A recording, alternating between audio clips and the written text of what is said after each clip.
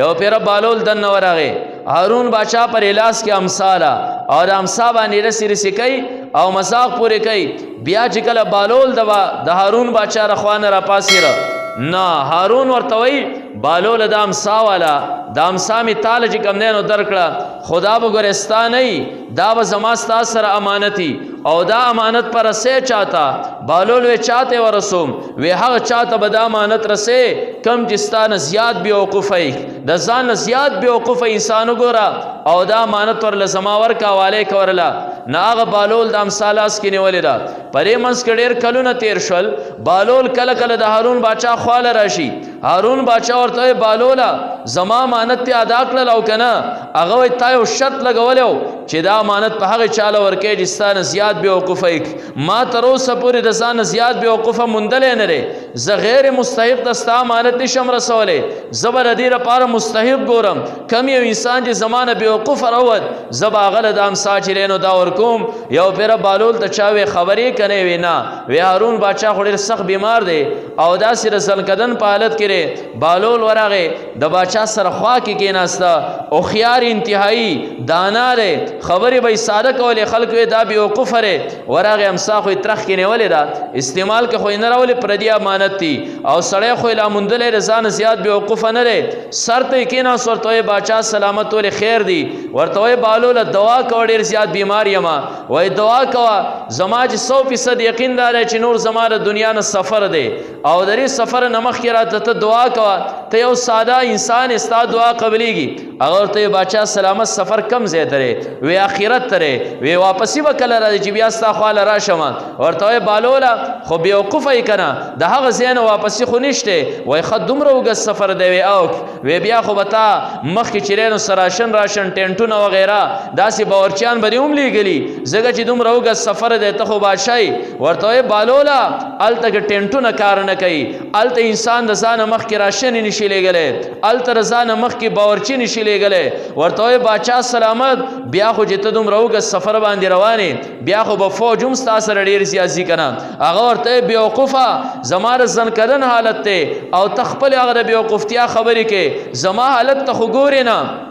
ولی تا ترا پته نشته چالتے انسان یک تنہازی انسان دا عمل سرزی فوج هم دنیا کے پاتے لخکر هم دنیا کے پاتے راشن هم دنیا کے پاتے ورطوئے خباچا سلامت مادری امسار پارا مستحق انسان کا تا زکتا ما ترا سے مشکل شرط خودیو چا اگر شرط ما پچا کے نو مندلے نن میں رضان زیاد بیوقوف تو مندے ستارا امسار تا پخپلوان مستحق حوال دا امسار زان سرکی روا زکنن خما تراوے چې بالولا اوګه سفر دی واپسی راغې نه نشته اوګه سفر دی یک تنها به انسان زی الته کې خوراک وغیرہ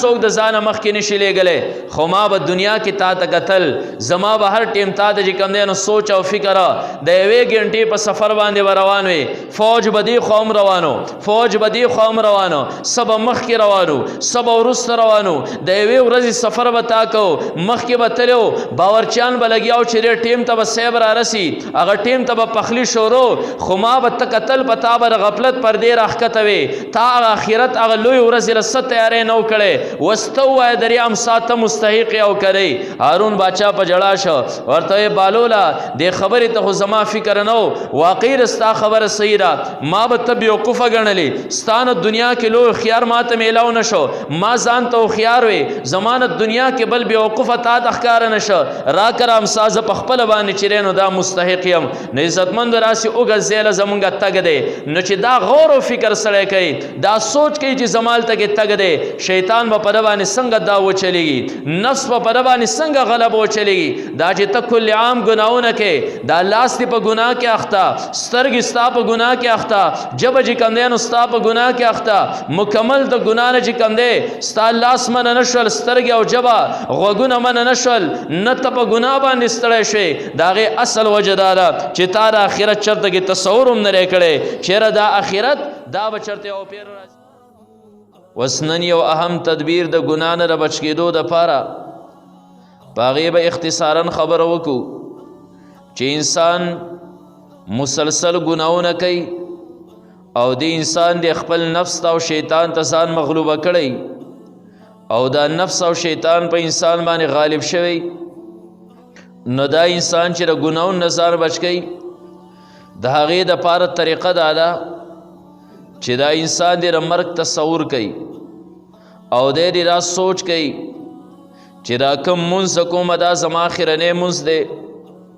دا کم خوراک زه کوم دا زما اخرنی خوراک دی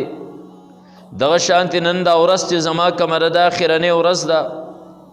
یا دا شپه چې ده دا اخرنی شپه ده د دې نه اخوا به زما زندګي یا ای یا به نه او انقریب خپل رب ته ورګرځېدونکی ما نو داسې به یو بیوقوفه انساني چې په هغه باندې حاکم وقت د پانسۍ اډر خېجولی او د هغه په پانسۍ کې ګنټه یا نیمه ګنټه پاتې او دی په دغه ټیم کې ګناهونو ته کار وایي ګناهونه کوي نو داسې به چېرته کې څوک نه وي نو دغه شانتې انسان دا سوچ او فکر کوي چې دا مرګ یو یقیني څیز دی انسان ته خامخا راځي او د دې وخت نه معلوم چې دا څه ټیم راځي نو چې دا انسان هر ټیم تیار اوسیږي او دا سوچ او فکر کوي چې دا مرګ ان قریب را روان دی د دې ګناه نه پس شاهد چې ما ته به د توبې توفیق میلاو شي او که به نه شي که دا ګناه صغیره دی او که کبیره دی یره د الله رسول خو فرمایلی دي چې د یو منځ نه بل منځ د ټیمه پورې دا دواړه منځونه د منځ صغایر ګناهونه ریجوي خو خدای خبر چې د دویم منځ وقت به زما په زندګۍ راشي او که به رانشي دا الله رسول خو فرمایلیو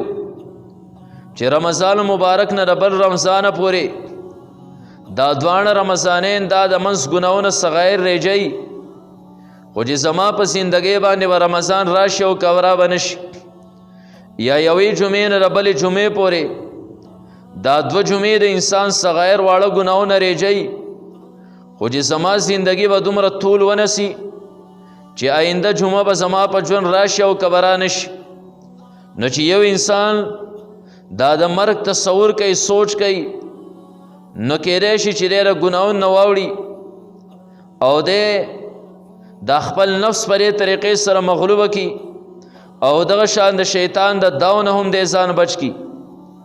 او دا یو یقیني خبره ده چې دا مرګ هر انسان ته حاضرېدونکی دی دا الله رسول فرمایل نبی علیہ الصلوۃ والسلام ته الله فرمایل وَاعْبُدْ رَبَّكَ حَتَّى يَأْتِيَكَ الْيَقِينُ پیغمبر د الله عبادت کوا رب تر کم وخت پورې عبادت کوم حتی یاتیک الیقین تر دې پورې چې تعالی مرګ راشي وصلی دا ونه فرمایل وَاعْبُدْ رَبَّكَ حَتَّى يَأْتِيَكَ الْمَوْتُ دا الله عبادت کوي تر څو پورې چې تاسو له مرګ راشي الله موت ونه فرمایل بلکې یقین او فرمایل تر دې پورې چې تعالی یقین راشي د دې نه پته ولګېده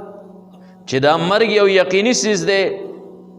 او کېدای شي چې تاسو کائناتو کې د انسان نه داسې یقیني څیز چې په هغې باندې د خلکو اتفاقي داسې اتفاقي او یقیني څیز تاسو ته بل په نظر را نشي سوا د مرګ نه دا الله د ذاته پورې انکار کوونکو انکار کړی دی دا الله ذات چې د هر یو څیز نه دا واضحه په نظر باندې راځي که یو انسان اسمان ته ګوري د هغې نه د الله ذات انسان ته په نظر باندې راشي که یو انسان د غرونو او سمندرونو ته ګوري نو په دې کې د الله قدرت واضح انسان ته په نظر راځي ففي كل شيء له آیة تدل على انه واحد شاعر وی په هر یو څه کې د الله د حکمت نښه ده او هر نښه تا ته راواز کوي چې الله یو دی دا د ونې پاڼه رواله په دې کې را نری نری رګونه وینا نو دا د الله په قدرت باندې دلیل دی چې او الله یو دی او الله موجود دی خو دنیا کې بیا هم زیات کر هغه خلق ته چې هغه د یقیني دا الله د ذات نه هم چې نو دا منکر دي وای د خدای وجود نشته دا هر سره زمانه کوي زمانه انسان پیدا کړي او زمانه وجني دا الله د وجود نه انکار کوونکي په دنیا بیا موجود دي دغه شانته دا الله د توحید نه ورسته رسالت مسله ده نو دنیا کې به تاسو ته ډېر داسې انکار کوونکي په نظر راشي چې هغه به د پیغمبر د رسالت نه انکار کوي. نبی علیہ الصلوۃ والسلام به پیغمبر نه تسلیموي. ډېر داسې مسلې به تاسو له مخکې راشي چې په هغې کې منکرین انکار کوي، خو چرته تاسو به دنیا کې د چا نه دا نه اورېدلي چې هغه وایي زما په دې کې اختلاف دی چې دا مرګ خلک وایي راځي، یاره دا مرګ دروغ دی، دا مرګ انسان له نه راځي. چرته به تاسو دنیا کې راځي څوک نه لیدلی، بلکې انسان خلاصه کې مطلق حیوان هغه د دین انکار نه کوي چیرې دا مرګ شته او که نشته. او دغه شان تاسو د انسانانو رای طلب کوي، یو کور ته جوړی او د یو انسان سره په هغې کې مشوره وکړي چې دا کور په دې نقشه باندې تیار کم، او به تاله یو شانتې رای درکړي، بل به درله بل شانتې رای درکړي. دغه شانتې مسایلو کې به تاسو چې کله د فقه کتابونه پورته کوي د مختلفو ائمو په هغې کې مختلف مذاهبي، خو یو څه به تاسو ته داسې په نظر باندې راشي چې هغې کې د ائمو هم اتفاق د تمام انسانیت خوا که مسلمان دی او که کافر دی، بلکې د تمامو حیواناتو اتفاق دی چې دا راتلو والا څه دی، په دې کې د چا انکار نشتی. هغه صرف او صرف چې دی نو هغه مرګ دی. نو چې انسان له خامخا مرګ راتلونکی دی نو انسان بیا دا مرګ ولې یری د هر ټیم دا تصور او سوچ ولې نه کوي چې دا مرګ خو به ماله راځي، د دې زندګۍ چې څنګه ابتدا وه زما داسې د ژوند انتها هم ده، او د زندګۍ په انتها باندې به خپل رب سره زه میلاویږم، او د دې ژوند به زما سره د یو یو سکند حساب کتاب کوي. فمن یعمل مثقال ذرة خیرا یره ومن یعمل مثقال ذرة شرا یره. ذره برابر خیر به ومینم، ذره برابر شر به ومینم. او هلته کې بیا زما د انکار گنجایش هم نشته. تیره جمعه من خبره کړې وه مخکې چې که دا انسان انکار کوي الله به وفرمایي اليوم نختم على افواههم وتكلمنا ایدیهم وتشهد ارجلهم بما كانوا یکسبون. که دا انسان انکار کوي الله به په خوله مهر ولګوي. وتكلمنا ایدیهم الله فرمایي د دې لاسونه به زموږ سره خبرې کوي. وتشهد ارجلهم د دې خپې به هم ګواهي ورکوي، د دې سترګې به هم ګواهي ورکوي، او د دې غوږونه به هم ګواهي ورکوي، د دې جلود او سرمنې به هم ګواهي ورکوي. یومئذ تحدث اخبارها د ځمکې را خطه به هم ګواهي ورکوي د دې انسان په عمل باندې. او دغه شانتې کراما کاتبین یعلمون ما تفعلون د دې انسان پر یو ګو چې کومې پرشتې ناستې دي لیکل کوي د دې انسان صحیفې، د دې صحیفو کې دننه د یو یو عمل یو ادا نوٹ کوي. هغه صحیفې به هم چې کوم دی د قیامت په ورځ باندې الله د غاړې ته ور واچوي، او دا به ورته وایي چې اقرا کتابک کفا بنفسک اليوم علیک حسیبا. تر ځان سره په خپله حساب وکړه، دا عملنامه دې په خپله باندې ولوله. څوک دا هم نشي ولی ما دنیا کې تعلیم نه وکړی، ما سکول نه ولی زه یې نشم پړاوهلی. هر یو انسان له به الله دا طاقت ورکړي چې خپله عملنامه پړاولی شي. نو چې کله دا مراحل مخکې موږ ته پراته دي او دې باندې موږ غور او فکر شروع کړو او دې زړه ته موږ دا حقیقت ښکته ورکوز کړو چې دا مراحل مخکې پراته دي، دا مرګ یو پیره راتلو والا رشته یقیني خبره ده چې راځي به، خو غیر یقیني دا ده چې په څه ټیم باندې به راځي، په کم ټیم باندې به دا مرګ ماله راځي. زه به په حضر کې هم په کور به مرګ به راځي، زه به په سفر باندې هم مرګ به راځي، زه به یخ یم دا مرګ به راځي، او که زه به اوده یم دا مرګ به راځي. زه به په خپل کور یم او که په پردي کور باندې ویم چې ماله دا مرګ راځي، د دې هېڅ پته هم چې دی نو دا نه لګي. نو بیا انسان څنګه را خپل مرګ چې دی نو دا هیر کړي. نو انسان له پکار داري چې د دې مرګ تصور کوي، سوچ او فکر کوي. د دې انسان نه بیا ګناهونه چې دی دا نه صادرېږي چېرته هم نه. نو د ګناهونو نه د بچ کېدو لپاره یو مؤثره طریقه دا ده چې دا انسان ځان ته مرګ رایدی. دا الله رسول عجیبت طریقه موږ ته وښوه. نبی علیه الصلاة والسلام وفرمیل تاسو د مرګ نه مخکې مړه شئ، د حساب نه مخکې د ځان سره حساب کتاب وکئ نبی علیہ الصلوۃ والسلام عجیبه خبر فرمایله د مرګ نه مخکې مړه شي د حساب کتاب نه مخکې رضان سره حساب کتاب وکړي. محدثین او شارحین د دې مقصد او مفهوم بیانوي چې د مرګ نه مخکې انسان څنګه مري، د حساب نه مخکې رضان سره حساب څنګه کوي. نو چا چې دی نو دا طریقه د حدیث دا مطلب بیان کړی دی چې د مرګ نه مخکې مړه شي، یعنی کم نفس چې تا ته د ګناهونو تلقین درکې او د ګناهونو حکم تا ده کوي، دا نفس دې مغلوبه کا، دغه وسوسې دې مغلوبه کا، دغه نفس او دا شیطان دا مړ کا، دا کمزورې کا. نو د الله رسول فرمایل د مرګ نه مخکې مړه شي او یا د مرګ نه مخکې مرګ دی ته ولی شي چې د مرګ تصور کوه، د مرګ سوچ کوه، کله کله چې کم دی نو مراقبه کوه.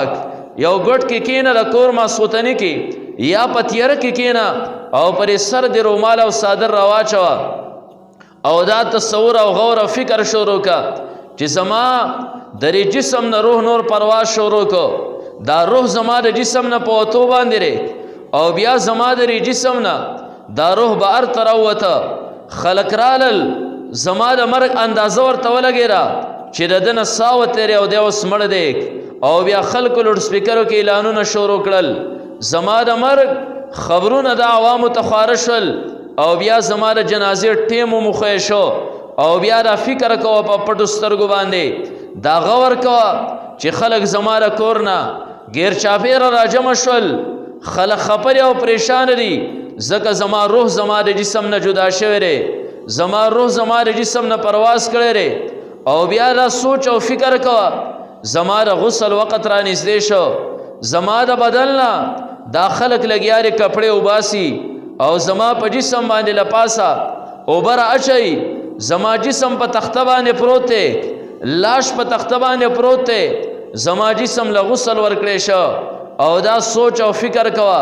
دا تصور کله کله کوه لکه څنګه چې دا سوچ او فکر کې ته چې دی دا بهر ته راوځي را غور او فکر کې پریز یا به دیوال راخېجوم، پریز یا به بنیاد راخېجوم، پریز یا به دکان جوړوم، پریز یا به میرا کور چتی، پریز یا به دا دروازه لپاسه به لنټري پاغې د پاسه به دیره جوړوم، دې طرف ته به روډ وباسم، هغه سیټ ته به دکانونه. دا سوچ او فکر چې کې کله کله هغه د آخرت د هغه وړوکې غونته کورم فکر کوه، د هغې تصور کوه چې خلک رالل زما جسم له خو غسل ورکه، وس د غسل نه اخوا زما د جسم ته کفن ورغوستولی کېږي. پرې غور او فکر پرې سوچ او تدبر کې پرېوځه، دا نفس بستا په خپله مغلوبه شي، د دنیا لالچ بستانه خود به خود ختم شي، دا د ګناهونو دا دواعي بستا د جسم نه خود به خود ختم شي، دا شیطان به په خپله مغلوبه شي، دا نفس به په خپله مغلوبه شي. ډېره ګناه بیا دعوت تعالی نشي درکولی چې دې انسان خو ځان قبر ته په ژوندینې غورځولی، زه به د ده نه څنګه ګناهونه صادر کړم، ده خو ځان په ژوندینې په کفن کې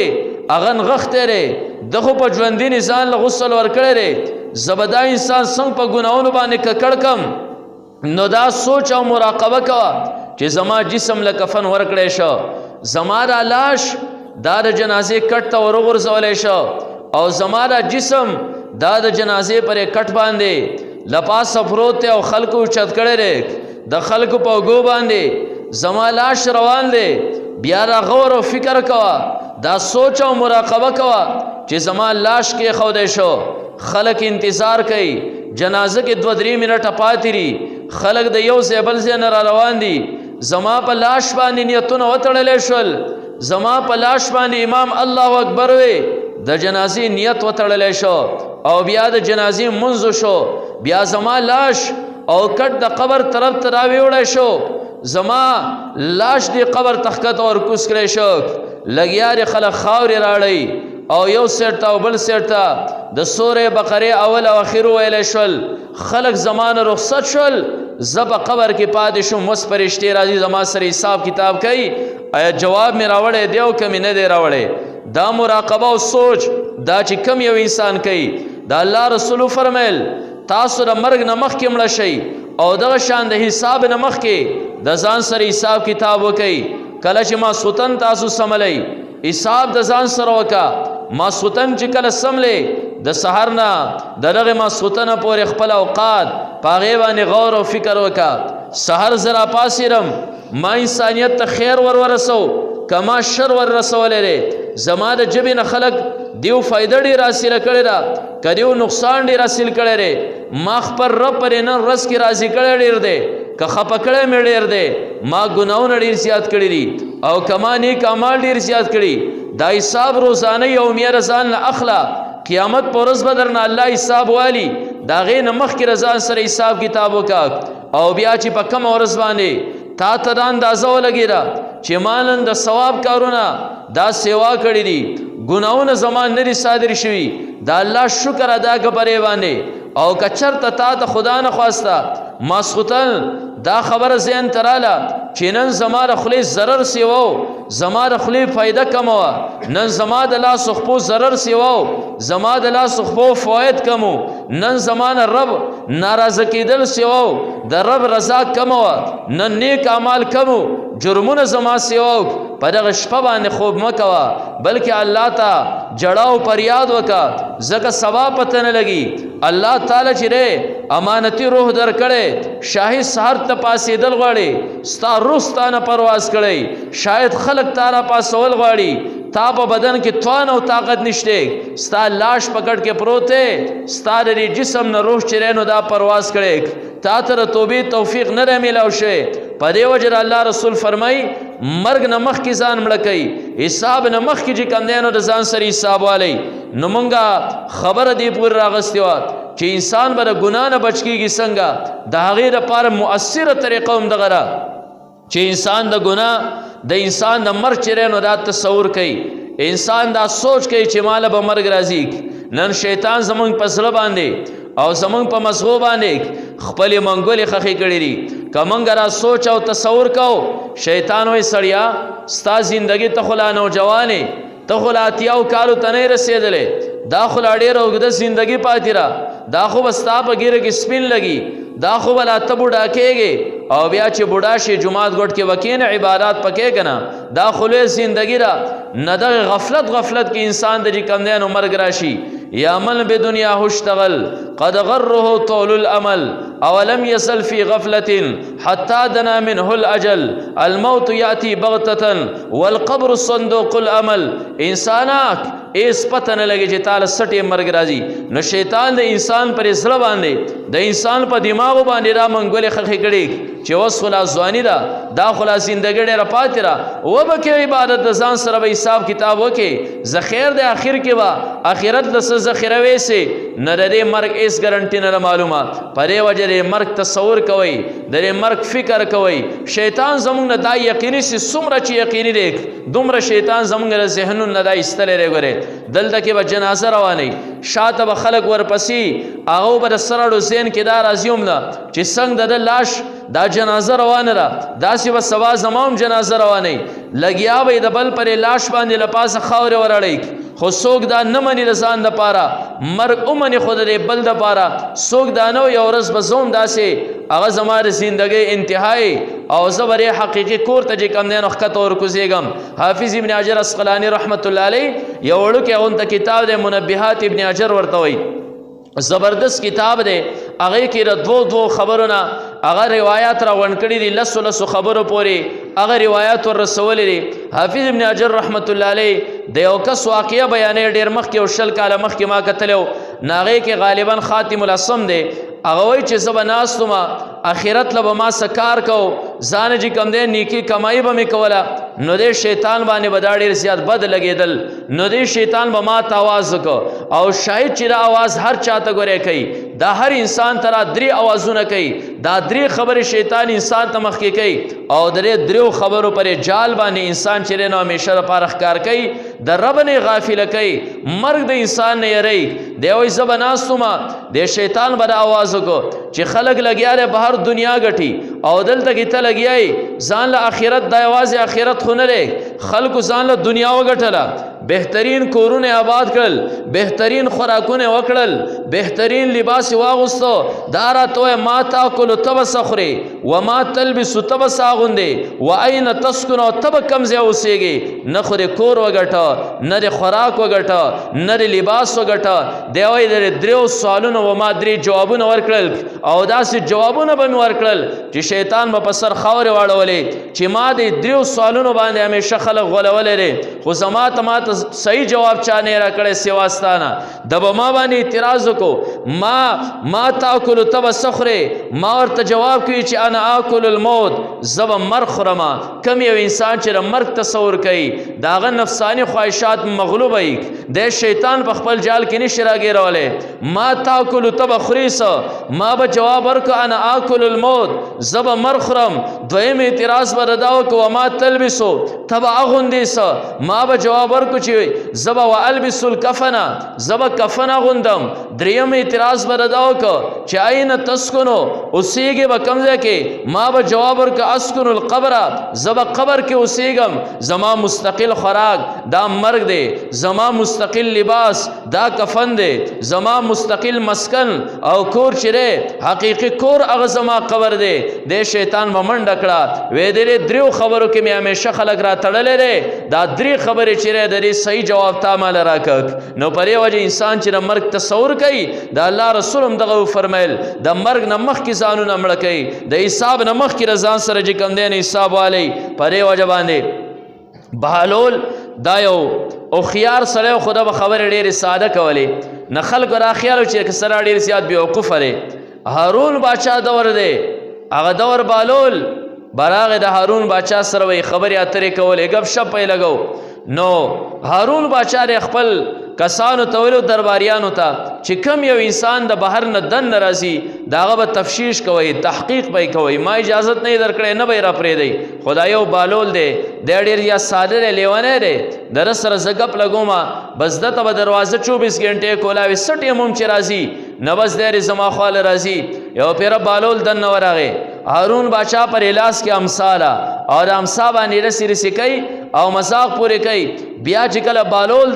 د هارون باچا رخوانه را پاسېره، نه هارون ورته وایي بهلول د امثا والا د امثا مې تاله چې کوم دی نو درکړه، خدا به ګورې ستا نه وي، دا به زما ستا سره امانتي او دا امانت پر رسې چاته. بهلول وی چاته ورسوم؟ وی هغه چاته به دا امانت رسې کم چې ستا نه زیات بېوقوفه وي، د ځان نه زیات بېوقوفه انسان وګوره او دا امانت ورله زما ورکه حوالې که ورله. نه هغه بهلول د امثا لاس کې نیولې ده. په دې منځ کې ډېر کلونه تېر شول. بهلول کله کله د هارون باچا خواله راشي، هارون باچا ورته وایي بهلوله زما امانت دې ادا کړل او که نه؟ هغه وایي تا یو شرط لګولی و چې دا امانت په هغې چاله ورکوې چې ستا نه زیات بېوقوفه یې. ما تر اوسه پورې د ځان نه زیات بېوقوفه موندلی نه دی، زه غیر مستحق د ستا امانت نشم رسولی، زه به د دې لپاره مستحق ګورم. کم یو انسان چې زما نه بېوقوفه راووت زه به هغه له د امثا چې دی نو دا ورکوم. یو پیره بهلول ته چا وی خبرې که نه وی؟ نه. وی هارون باچا خو ډېر سخت بیمار دی او داسې د زلکدن په حالت کې دی. بهلول ورغی د باچا سره خوا کې کېناسته، هوښیار انتهایي دانا دی، خبرې به یې ساده کولې، خلکو یې دا بېوقوفه دی. ورغی امثا خو یې ترخ کې نیولې ده، استعمال کې خو یې نه راولې، پردي امانت دي او سړی خو یې لا موندلی د ځانه زیات بېوقوفه نه دی. سر ته یې کېناست، ورته وایي باچا سلامت ولې خیر دی؟ ورته وایي بهلوله دوا کوه، ډېر زیات بیمار یمه. وایي دوا کوه، زما چې 100% یقین دا دی چې نور زما د دنیا نه سفر دی او د دې سفر نه مخکې راته ته دعا کوه، ته یو ساده انسان ستا دعا قبلیږي. هغه ورته وایي باچا سلامت سفر کم ځای ته دی؟ وی آخرت ته دی. وی واپسې به کله راځي چې بیا ستا خواله راشم؟ ورته وایي بهلوله خو بېوقوفه یې که نه، د هغه ځای نه واپسې خو نشته. وایي ښه دومره اوږد سفر دی؟ وی اوک. وی بیا خو به تا مخکې چې دی نو راشن ټینټونه وغیره داسې باورچیان به دې هم لیږلي، ځکه چې دومره اوږد سفر دی، ته خو بادشاه یې. ورته وایي بهلوله هلته که ټینټونه کار نه کوي،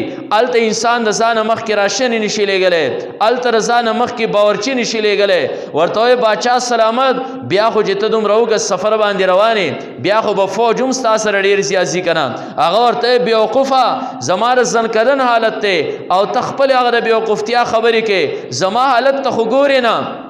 ولی تا ترا پته نشته چالته انسان یک تنها زی، انسان د عمل سره زی، فوج هم دنیا کې پاته، لخکر هم دنیا کې پاته، راشن هم دنیا کې پاته، ورته ښه باچا سلامت ما د دې امسا لپاره مستحق انسان کته، ځکه تا ما ته راسې مشکل شرط یې ښودی و چې هغه شرط ما په چا کې نه و موندلی، نن مې رضانه زیات بېوقوفه ته وموندې، ستا د امسا ته په خپله باندې مستحق یې، هواله د امسا د ځان سره کېروه، ځکه نن خو ما ته راوې چې بالولا اوږد سفر دی واپسی د هغې نه نشته، اوږد سفر دی یک تنها به انسان ځي، هلته کې خوراک وغیره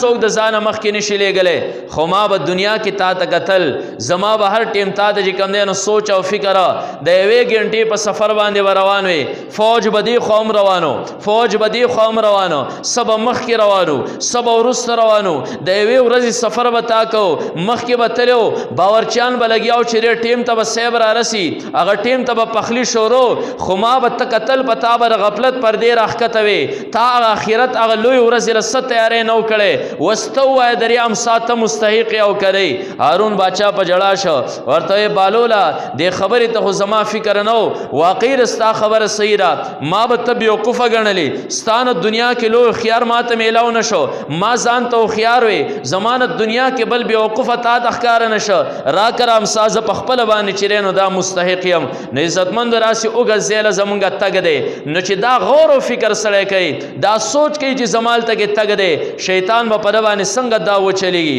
نفس به په ده باندې څنګه غلبه وچلېږي، دا چې ته کل عام ګناهونه کوې، دا لاس دې په ګناه کې اخته، سترګې ستا په ګناه کې اخته، ژبه چې کوم دی نو ستا په ګناه کې اخته، مکمل د ګناه نه چې کوم دی ستا لاس منع نه شول، سترګې او ژبه غوږونه منع نه شول، نه ته په ګناه باندې ستړی شوې، د هغې اصل وجه دا ده چې تا د آخرت چرته کې تصور هم نه دی کړی، چېرې دا آخرت دا به چرته یو پیر راځي، زما دا دنیا زما نه دلته کې پاتې، زما به صرف اعمال چې کوم دی نو هلته کې ځي، زما سره عیناً داسې عملونه شته چې سبا یې رب ته پیش کولی شم. حافظ ابن حجر رحمت الله علیه همدغه خپل کتاب منبیات ابن حجر کې یو بله واقعه لیکلې ده، یو کس دی ابوذر دی روان دی، دی وایي زه یو شاړې علاقې ته ورسېدم، هلته کې مې زاړه کنډرات ولیدل، هغه کنډراتو نه ما اندازه ولګوله چې دا خو چېرته پخوا دور کې چا را کورونه آباد کړي او بیا پرې راغورځېدلي دي، دا خوش علاقه ده، دلته کې به هم خلک اوسېدلي، دا خو غونډ کلی معلومیږي، نو خوش علاقه و انسانان لو، نو ما داسې یو تیزه چغه وویسته، ما هغه کورونو ته آواز وکړو چې این عمارک المعظون و این السکانک المعظون، ستاسو هغه مخکیني اوسېدونکي څه شول، ستاسو هغه مخکیني ګیلکاران څه شول، ما سوچ کوو چې دې کې به هم څوک اوسېدلي مړه به دا به هم چا آباد کړي، ستاسو هغه خلک څه شول، نو ما چې کله دا آواز وکړو فحتف به حاتف، یو غیبي آواز کوونکی غیب نه آواز وکړو، حاتف عربی کې ټلیفون ته هم ذکر د غیب نه خبرې کې انسان ښکاري نه، دا د لرې نه کوي، یو حاتف یو غیبي آواز کوونکی آواز وکړه، ما ته وایي ته د دې خلکو د دې کورونو د اوسېدونکو تپوس کې، ته د دې هغه ګیلکارانو تپوس کې، فحتف به حاتف انقطعت آثارهم وبلیت تحت التراب اجسامهم وبقیت اعمالهم، د هغې خلکو اثرونه هم ختم، د هغو جسمونه هم د خاورو د لاندې نه وراستري، وبقیت اعمالهم، د هغو عملونه صرف باقی پاتې دي چې قلائد فی عناقهم، سټونو کې په شان د امیلونو اوس هم چې دی نو دا راځوړندي، نو دا فکر کوه، دا غور کوه، دا تصور کوه، ځان سره حساب کتاب چې کوم دی نو کوه، انشاءالله نه به شیطان په دا باندې غلبه مومي، نه به نفس چې کوم دی نو په تا باندې غلبه مومي، نن چې ګناهونو باندې نه ستړی کېږي، د دې وجه دا دی انسانه چې مرګ دې هېر کړی دی، کفن دې هېر کړی دی، خپل حقیقي کور چې هغه قبر دی هغه دې چې کوم دی نو دا هېر کړی دی، لہذا دا سوچ او تصور کوئ، ورځ کې 15 منټه 10 منټه پاو سال دا سوچ او فکر کوئ، انشاءالله هغه د دې مرګ په ذریعې سره د دنیا لذتونه دا د انسان نه ختم شي، د انسان خواهشات چې کوم دی نو دا مغلوبه شي، انسان آخرت طرف ته چې کوم دی ځان له تیاري شروع کړي. الله دې د مرګ دا تصور موږ ته هر ټیم ذهن کې مستحضر ساتي او زمونږ اجسام زمونږ ارواح دا دې الله تعالی د ګناهونو نه په خپل زبان کې وساتي. واخر دعوانا ان الحمد لله رب العالمين.